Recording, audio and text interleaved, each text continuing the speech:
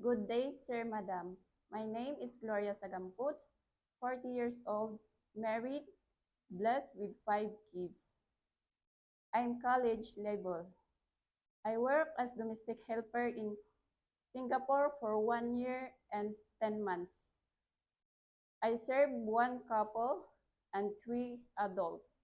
My main duties are general cleaning, car washing, and gardening. I also work in Hong Kong for 4 years in one employer. I serve 1 couple and newborn. My main duties are taking care of the baby, cooking, marketing, and car washing.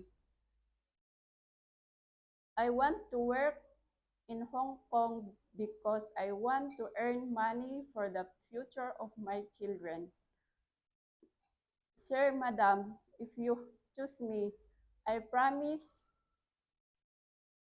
to finish my contract. Thank you, Sir, Madam.